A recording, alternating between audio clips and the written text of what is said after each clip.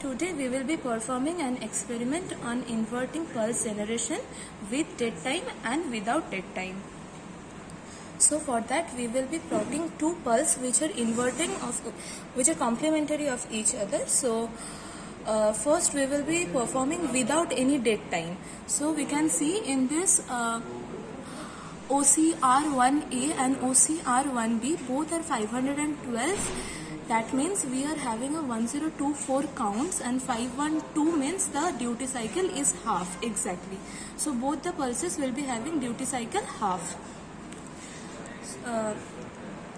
Now we can see the plot in the CRO. In channel 1 we have the first pulse, and channel 2 we have the second pulse. They are exactly complementary of each other. Now we will be decreasing the duty cycle of one of the plots, see from 512 to 300, and then we will be compiling it.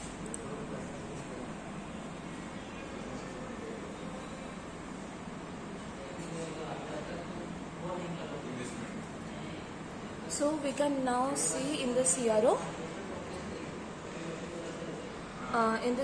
The first plot is having a duty cycle of 50%, but the second plot is having less than 50%. So there is a time in which both the pulses are at level 0. So that is the time which we consider as a dead time. Previously we did the experiment for 10-bit count. So the full count was 2 to the power 10, 1, 0, 2, 4. That was the full duty cycle, and half of it was 512. Now we will be decreasing the time period. So we can see in this data sheet, for 10-bit count we have WGMs as 0, 0, 1, 1. So now we will be reducing it to a 9-bit count. So we have to make it 0, 0, 1, 0.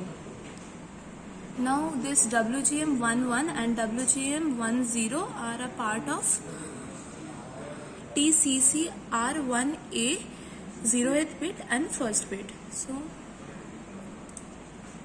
we have made the necessary changes in the code. We have made it the last bit and the second last bit as 1, 0. And so now half of the duty cycle, half of the entire time period, that is half duty cycle, will be 256. This is the plot for generation of pulses without dead time.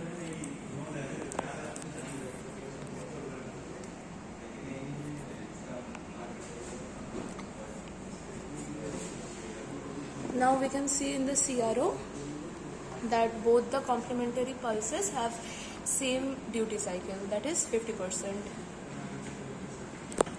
Now similarly we will now decrease the duty cycle. So one of the pulses will have duty cycle less. Let's make it 150.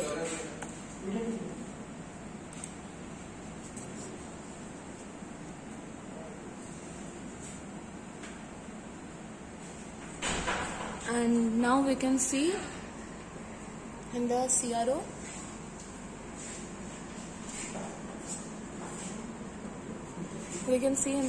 screen that a dead time has been generated, a part of the cycle in which both the pulses are at 0 voltage level.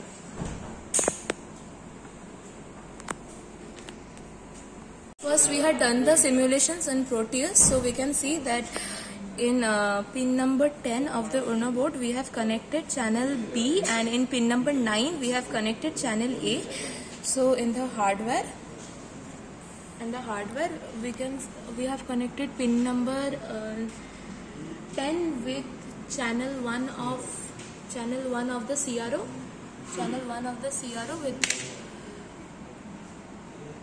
and pin number 10 with channel B of the CRO, and the ground connection has been done with this ground pin.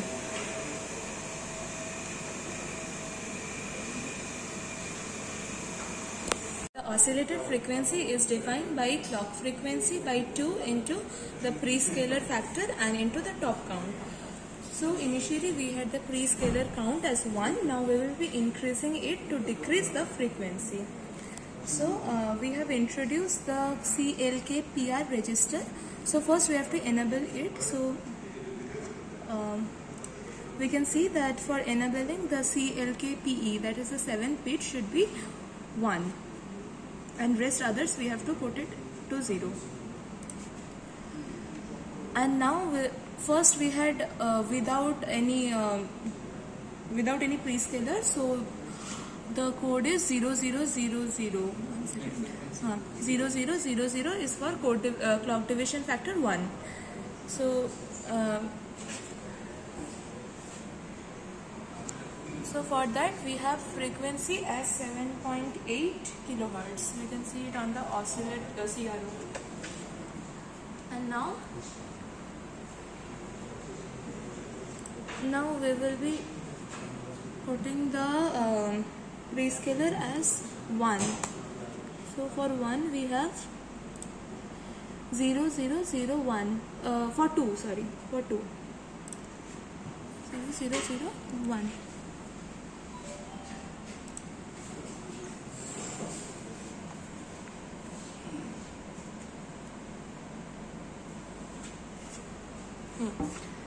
So we can see the subsequent changes. The frequency has decreased to 3.9 kilohertz.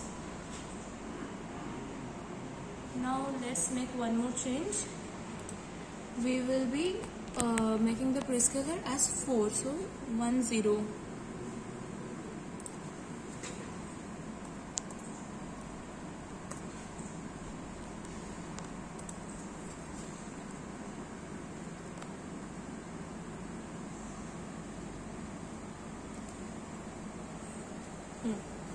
So the frequency in the oscillator, we can see it has reduced to 1.9 kilohertz.